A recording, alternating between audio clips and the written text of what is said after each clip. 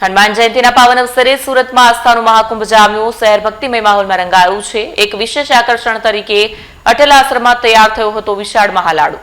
સુરતના પાલ વિસ્તારમાં આવેલ અટલ આશ્રમ ખાતે હનુમાન જયંતિ નિમિત્તે 7000 કિલોથી વધુ વજનનો મહાકાય લાડુ તૈયાર કરવામાં આવ્યો છે। દેશના ઇતિહાસમાં પ્રથમવાર આટલો વિશાળ લાડુ બનાવવામાં આવ્યો હોવાનો દાવો કરવામાં આવી રહ્યો છે। મહત્વપૂર્ણ છે કે વર્ષ 2004થી ભક્તોને પ્રસાદ રૂપે લાડુ આપવાની પરંપરા અહીં શરૂ કરવામાં આવી હતી, જે આજે એક વિશાળ સ્વરૂપ ધારણ કરી ચૂકી છે। આ પ્રસાદ તૈયાર કરવા માટે અંદાજે 1500 કિલો શુદ્ધ ઘી, 2000 કિલો બેસન અને મબલખ પ્રમાણમાં ડ્રાય ફ્રૂટ્સનો ઉપયોગ કરવામાં આવ્યો છે। આ મહાકાય લાડુના દર્શન કરવા અને પ્રસાદ મેળવવા માટે વહેલી સવારથી જ સુરત તેમજ આસપાસના વિસ્તારોમાંથી હજારો શ્રદ્ધાળુઓ ઉમટી રહ્યા છે। સોશિયલ મીડિયા પર આ મહાલાડુના વિડીયો અને તસવીરો ઝડપથી વાયરલ થઈ રહી છે, જે ભક્તોમાં વિશેષ આકર્ષણનું કેન્દ્ર બન્યા છે। અટલ આશ્રમ પારદેશ્વર મહાદેવ હનુમાનજી મંદિર। आज मित्रों हनुमान जन्म उत्सव ने देशवासियों ने मंगल शुभकामना।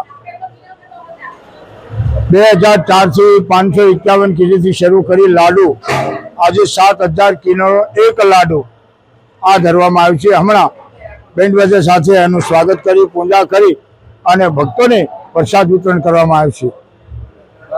क्यारथी बनवानी शरूआत કેટલા ભાઈ ભક્તો જોડાઈ ગયેલા છે અને કઈ રીતે આખા દિવસનો કાર્યક્રમો જન્માન આજે ब्लड केम्प તેમજ ભોજનની પ્રસાદની વ્યવસ્થા 7000 કિલો પ્રસાદ જે છે લાડુનો એ તો પ્રસાદ ભક્તોને વિતરણ કરવામાં આવે છે અને સાથે 30000 થી પણ વધારે માણસો જમી શકે એટલી ભોજનની વ્યવસ્થા કરવામાં આવેલી છે।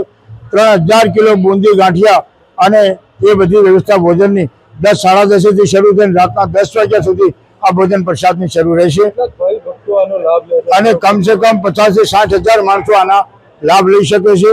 સાથે आओ मित्रों हनुमान जी महाराज की असीम कृपा थी आज 50 वर्ष आश्रमना पूर्ण थया होय त्यारे मां कामाक्षा मोडेश्वरी वगैरह देवोनी प्राण प्रतिष्ठा महोत्सव करवामां आव्यो छे। आज नूतन प्राण प्रतिष्ठा अने हनुमान जी महाराज दर्शन करी अने पावन थईए।